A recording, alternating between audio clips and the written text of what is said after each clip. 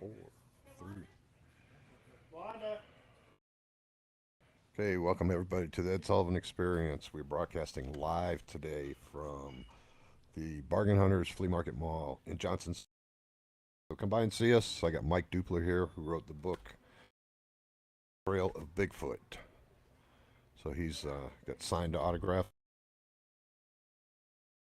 You can buy the book here live. How you doing, Mike? Hi, how you doing?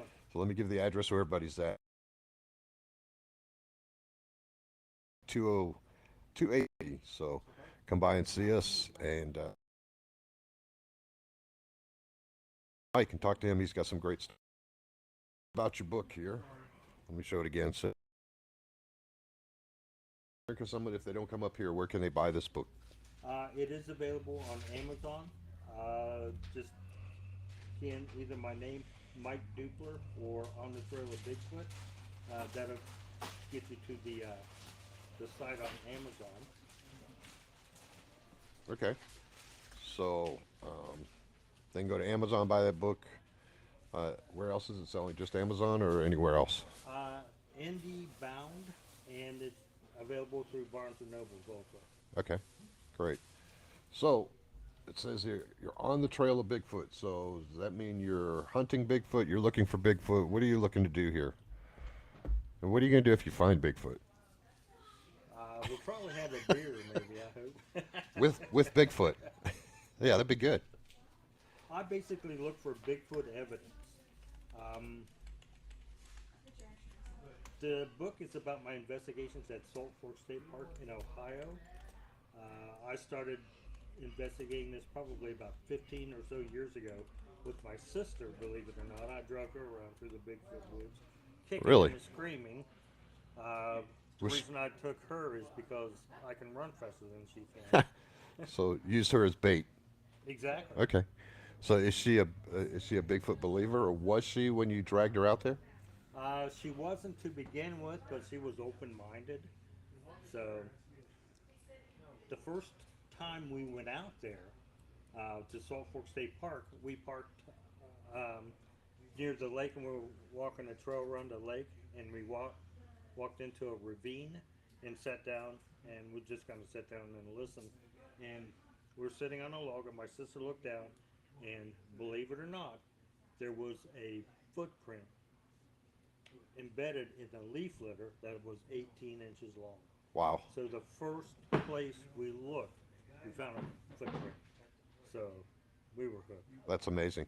So while we're on the subject of footprints, Mike also brought some casts that he had made while he was out on his trail of Bigfoot. So he has a knuckle print and a footprint. Mike, if you want to grab that, and we'll show people that. If you guys want to see it live, come on down here to the Bargain Hunters Flea Market Mall and check it out. So here is the footprint. That is from Tennessee. All right, so yeah, this is from Tennessee, and then he has a knuckle print, and we're waiting on that.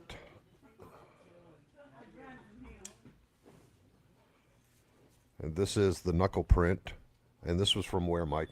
That is from Ohio. That is from Salt Fork State Park in Ohio. Okay, cool.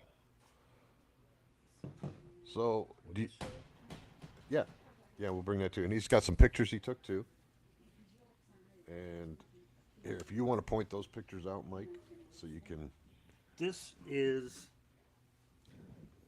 you can see a brow ridge here, a conical head, and there's a shoulder that comes down. This was hiding in just hunkered down in the brush while my sister and I were in the woods, and I just took random pictures into the woods, and this was just a black dot in the distance. Okay. And I had to enhance it, and I caught that guy. That's amazing. So, did you have what kind of camera did you use for that? Just okay, just a little Kodak pocket camera. So, Yeah, exactly. and that's I think the issue that a lot of people have today with the technology we have and smartphones and everything else. People are like, why do we not have a clearer picture? Do you have any insight to why we can't get a clear picture of Bigfoot? Usually, when people go out in the woods looking for Bigfoot, and if if they're in active woods and they actually see one to photograph, it's usually running away from Okay. you. And So I have found that the taking the random pictures into the woods, even if you don't even think one's close by, is a better opportunity to get a better picture, a non-blurry picture of these creatures. gotcha. So where do you think the most sightings are that you believe people have seen Bigfoot? I would say the Pacific Northwest is probably the major hotspot in the country. But believe it or not, Ohio is number 5 in the country for Bigfoot sightings. Really? Yes. So do you travel to Ohio a lot to go Yes, I'm from looking? Ohio. I have family there, so Okay.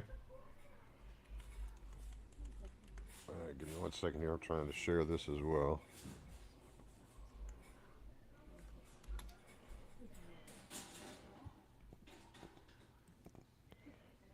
but So, believe it or not, there's Bigfoots pretty much everywhere. I retired to Tennessee about 5 years ago, and I have an active spot in Tennessee that I investigate. Um, the track that he just showed you was from Tennessee, and my big my Bigfoot sighting is from Tennessee, what part of Tennessee do you look at? um, Middle Tennessee, Cumberland County. Okay. So, what made you pick that spot, though? My wife has family here in Oh, okay. Tennessee. And you just decided one day, I'm just going to go look for Bigfoot around here? Exactly. Okay. Once you get it in your blood, it's hard to get out. I You tried know. that. My wife looked at me like I was nuts. Did your wife look at you like you were nuts? Oh, every day. So. Yeah, and um, there's a lot of people fascinated with Bigfoot. There's a lot of people that don't believe. They think it's fake, but if you look at all the pictures, yeah, there are some fake ones. You look at all the stories in the video, Right. not all those can be fake. There's no way. What? A lot of the Bigfoot um, film clips that you see on like the paranormal shows and YouTube and that type of thing. Right. If you see one just walking in the woods looking back at you, that's normally not typical Bigfoot activity. Not saying it's fake, but it's not normal Bigfoot activity. If they know you're in the woods or in the area, Right. they hunker down, they blend in, and they just watch you. So is that why people have not gotten a clear picture of Bigfoot? I mean, they know where they're looking for him. Oh, exactly. And in my opinion, um, Bigfoots will show themselves in one area because they know that we will look for them in that area to draw you away from another area. Maybe where they live or where nests are or where their young are. So If you get my drift. so there are female Bigfoots too. Then. Oh, absolutely. Patty from the Patterson film was female. Oh, really? I didn't realize that. Yeah, Okay. the breasts are prominent. Okay. And before the Patterson film, there was an incident in British Columbia where a roadway worker went up into the woods scouting hunting territories. He was going to go bear hunting and encountered a female Bigfoot Wow. Okay. back then before the Patterson film. So where do they live though? If they're hiding, where do they live? And I believe that's what your book, from what I read, has pictures and of I have found structures and I have found structures and I have found a couple of nests. Now, I'm not sure that the nests are where they live because of the location I found them in. My particular theory is these could be either hunting blinds or a place to get into in if a storm blows up, something like that, like a storm shelter. Or if they're humans in the woods, just pop in your nest then. But I don't think they actually lived in the nest because they were closer to human habitation than what I would think they would be. okay. So do Bigfoots make noise? I mean, do they communicate? How do they communicate? I have heard. Well, I've been growled at twice, Like and like a dog growl? no, like a Godzilla growl. Oh, okay. But in my opinion, that was a warning, not a threat. It was a warning that we were possibly getting too close to something that they didn't want us near. Um, Right. when I had my sighting in Tennessee, Uh huh. there were actually two of them in the woods, and both of them screamed at me like like you would hear in an old horror movie, the woman screaming or something like that, like in a King Kong movie. Right. It was that shrill and that loud, and that was probably a warning to other Bigfoot that there was a human in the woods. Oh wow. And I've in the same woods, I actually heard one whistle. It wasn't a bird. It only did it once, and I know it was a Bigfoot. They also tree knock. I've heard tree knocks.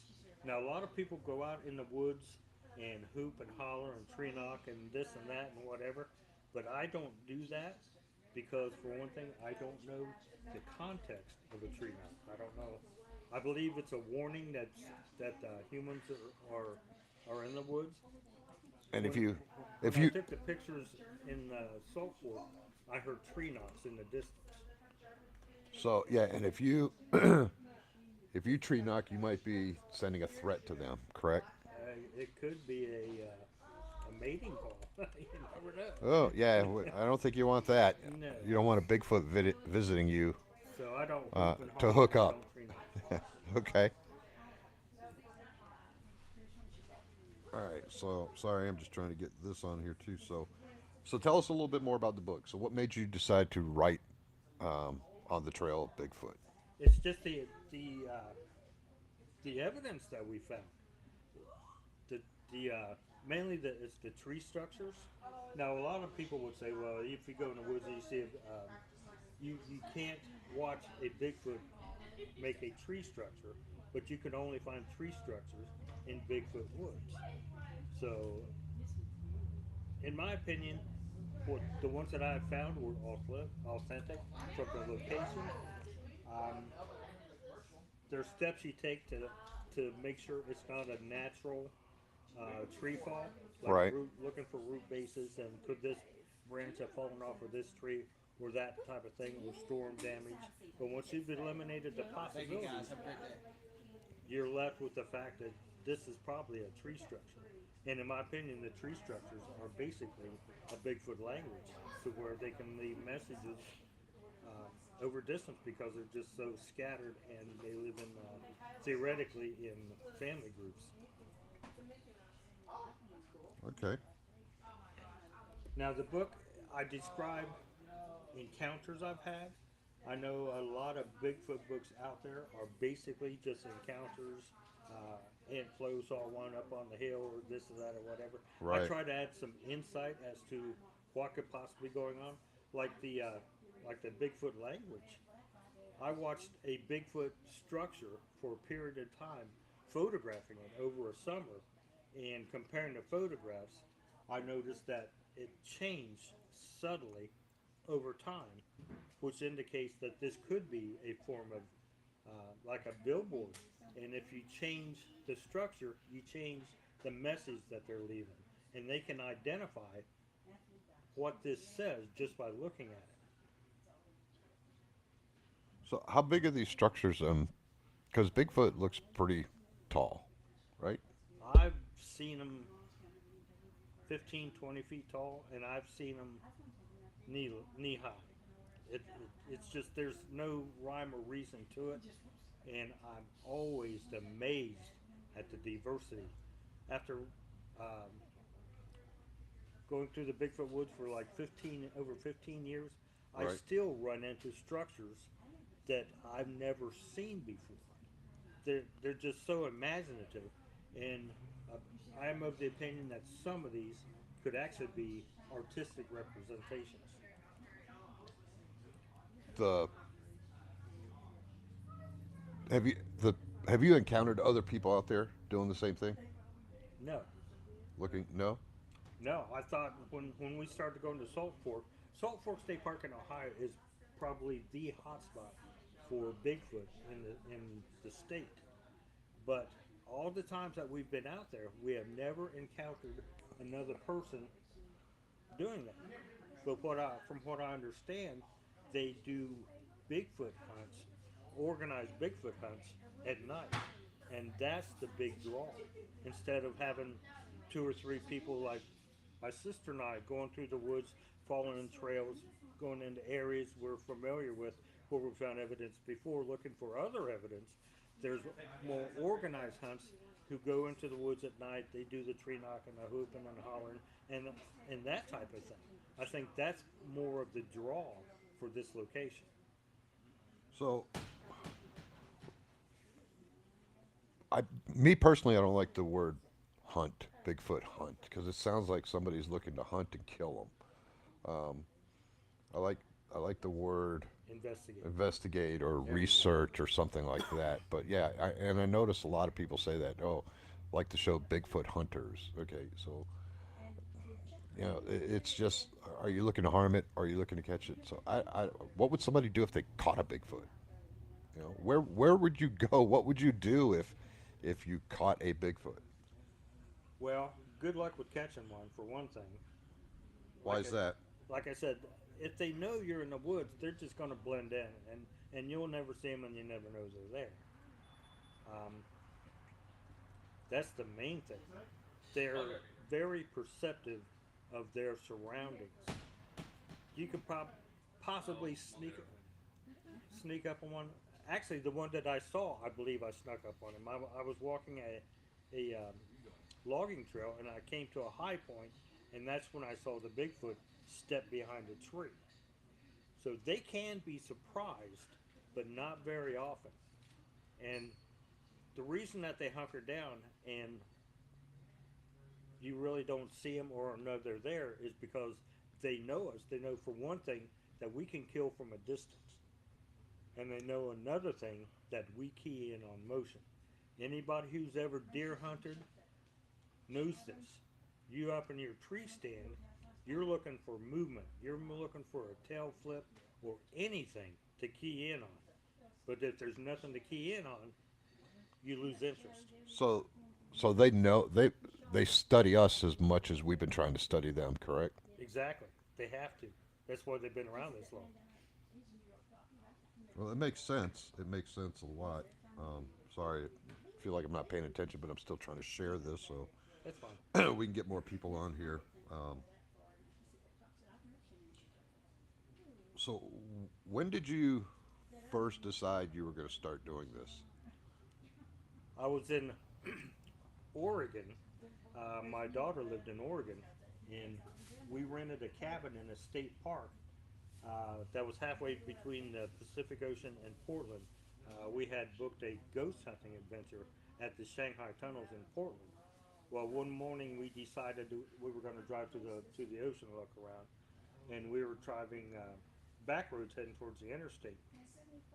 And in the field, I saw these trees stuck in the ground upside down. I took pictures of them. Actually, the pictures are in my book. Right. I had watched a documentary called Myths and Monsters of Alaska, and one of the segments was on Prince of Wales Island. The wild men or the hairy men would take blown down trees and stick them in the ground upside down as territory markers. And when I saw those trees stuck in the ground upside down, it just occurred to me there could be something to this. And once I returned to Ohio, I got my sister, and then we went out to Salt Fork, which is the Bigfoot hotspot in Ohio, to look around. Wow. And she went though kicking and screaming. Absolutely. I think that's how my wife would be. I've mentioned to her a few times. We should go looking for Bigfoot, and I bought some stuff, and I wanted to be able to do like a live remote podcast while doing that too. So, Yeah. so I may have to hook up with you one time and go do that and video. And so when you go, are you like real stealthy? Are you quiet? What equipment? Absolutely. What equipment do you bring when you go? A camera and a tape measure. Okay, nothing to protect yourself.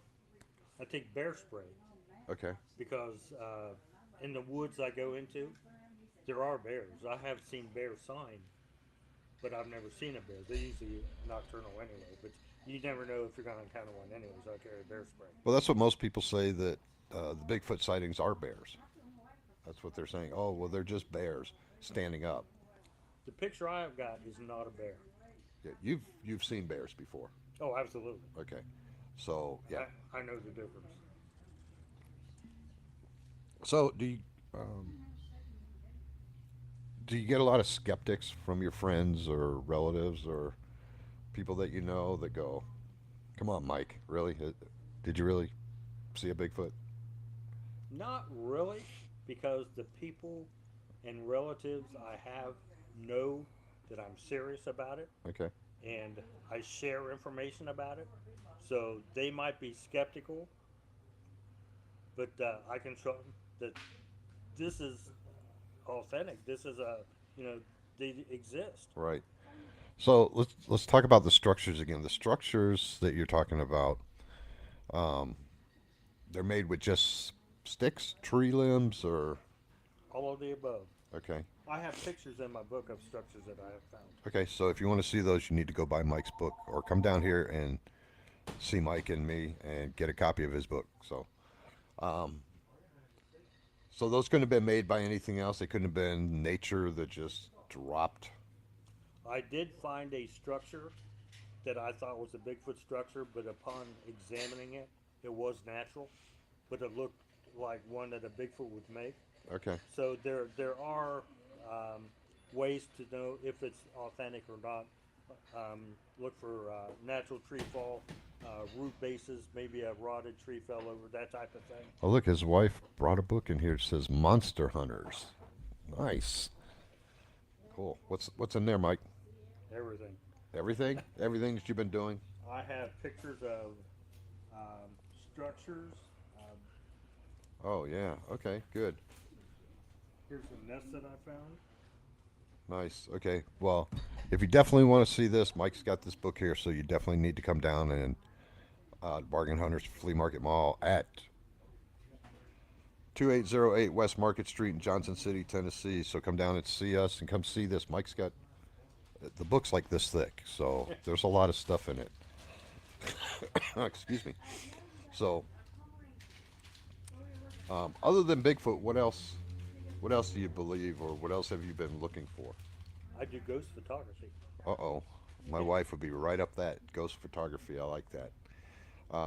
Because everybody that watches my podcast knows that I do a podcast on UFOs, aliens, Bigfoot, the paranormal, and psychics and things like that. So the paranormal is really big around here too, as much as Bigfoot. So, have you seen any? Have you seen a ghost? No, No. but I have plenty of pictures of them. I do not have the ability to see ghosts like some people do. Okay. And his wife just brought in a big old book of ghosts. So definitely you want to come down here and take a look at this because we've got a lot of interesting facts here that Mike's going to share with you. So, I put these in my car because yesterday we had tornado warnings. I put these in my vehicle because if a tree falls on my truck, these will stay intact. gotcha. If a tornado blows up my house, these are going to go everywhere. They're gone. Yep. Okay. So it's just a safety type of thing. All right. So what else can you share with us on Bigfoot? Um, let me see. If you want to go, if you seriously want to go looking for Bigfoot, the way I do it is, especially when I got to Tennessee and I just know the area, drive around some old dirt country roads, maybe in some state parks or maybe in some backwoods areas in the hills or mountains or whatever, and look for, the first thing you want to look for is a bent tree, an arched tree. Okay. And if you find that, look and see if there's a log or something holding it. Okay. If you find an arched tree, that's an indication that there's possibly other structures in the area. The Bigfoot used the roads as a means of travel. It's a path of least resistance. So almost like a game trail. Exactly, and they'll put in a bent tree as a look over here. There's more, and then you can go look for other structures, making sure they're not natural or tree bases or whatever. And Okay. if you find structures, then you can start looking for tracks and that type of thing. Gotcha. Okay. The lead-ins. All right. Cool. Well, that's cool. A lot of good information. Everybody, why don't you come down and visit us?